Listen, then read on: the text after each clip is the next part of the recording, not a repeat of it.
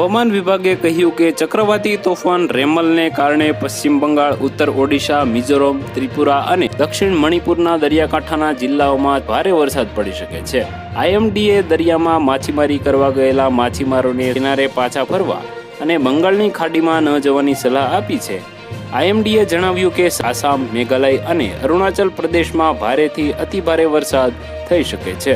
હવામાન વિભાગે જણાવ્યું હતું કે રાજસ્થાન, પંજાબ, હરિયાણા, દિલ્હી અને પશ્ચિમ ઉત્તર પ્રદેશના કેટલાક ભાગોમાં ગરમીના મોજાને કારણે તીવ્ર ગરમીની સંભાવના છે.